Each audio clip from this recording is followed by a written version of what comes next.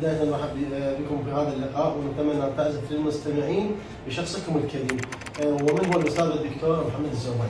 أنا الأستاذ المساعد الدكتور محمد أحمد مخلف الزوبعي، معاون العميد للشؤون العلمية. في عام 2009 وتحديدا يوم 9/11 تم تعييني في كلية الإعلام، أو بالأحرى قسم الإعلام كلية الآداب. ثم في عام 2010 تم استحداث الكلية، هذا القسم تحول إلى كلية، وكنت أستاذ معتمد لمادة التصوير ومادة التحرير الصحفي ومادة تاريخ الصحافة ومادة الرأي العام ومادة السيمينار ومادة الإعلام الرقمي في الدراسات العليا ومادة استطلاعات الرأي في الدراسات العليا ومادة الدعاية والحرب النفسية في الدراسات العليا.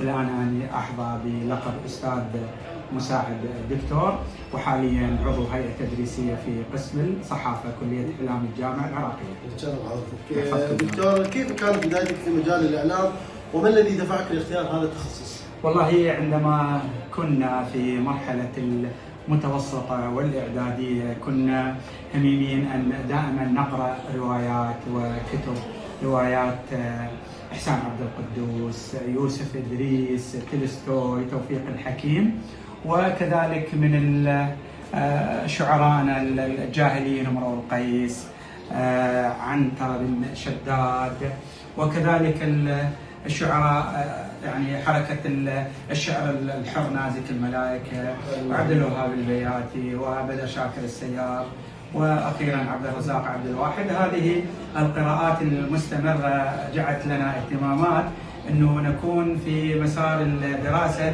الأدبية، واختارينا الدراسة الإعدادية. وكذلك كان هناك شغف من خلال متابعة الجرائد الورقية التي كانت تصدر آنذاك، وكانت كثر، ولذلك جاء الاهتمام من هنا، وقررنا أن ندخل كلية الآداب تحديدا قسم الإعلام. والحمد لله بعد اجتياز مرحلة السادس إعدادي نولنا الله ما نريد، والحمد لله اليوم احنا تدريسيين فيما نطمح ونصبو إليه. بصفتك معاون عميد كلية الإعلام، كيف تقيم واقع التعليم الإعلامي اليوم؟ والله لا شك أنه إن لم يكن هناك جانبا عمليا بالنسبة للدروس التي موجودة في كل كليات الإعلام وأقسامها، لا يكون هناك طالب محصن، وهذا الطالب سوف يكون نواة فاعلة في المجتمع. ما الرسالة أو النصيحة التي توجهها لطلاب الإعلام الخاضعين للعمل في مجال الإعلام؟ والله لدي يعني نصيحة فريدة واحدة على طالب الإعلام وليس طالب الإعلام، كل طالب موجود في أي مؤسسة، في أي كلية، في أي جامعة حكومية، وبالأخص بالذات هو الإعلام اللي هو جزء لا يتجزأ من عملنا، واللي احنا بالأصل رجال إعلام لابد أن نحتكم إلى أخلاقيات المهنة. لماذا نحتكم إلى أخلاقيات المهنة؟ لأن الإعلام رسالة قبل أن يكون مهنة.